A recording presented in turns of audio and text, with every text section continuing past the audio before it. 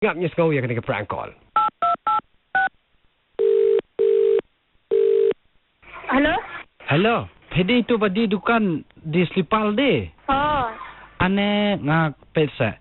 Tit Slipal ngana pay ka no cur, lai cur batik ngay man kami ka khon ba yar de am ani phong tang si sngai la chot la pra lu ni phum de pay nyalong sa no. Mana? Mas ni kong na mas umta hai.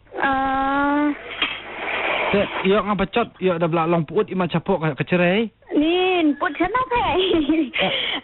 Put sipar. Na capok tapi long kumbala thlo kum tau. Inong di titip sana pe. Ya long em men keling.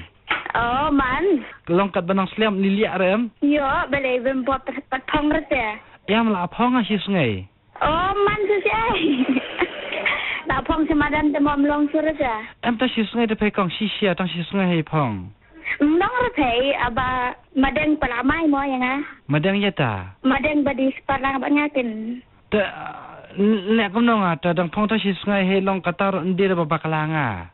Ni em long sura. Pindah pek yak selipar pen sasutu hai. Ni tip si agin nga. Seni lem sa ingi badung. Ya. Ha? Ya.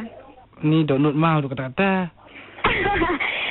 Ma berada pong tu ma ka benda di kata ka buat nampong tu ma.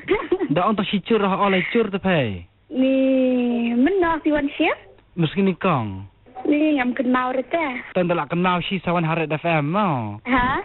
Red FM. Ngalah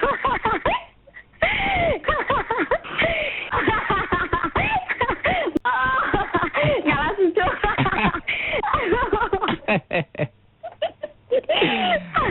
Oh, kau boleh takkan rate, kau nak ke bisnes.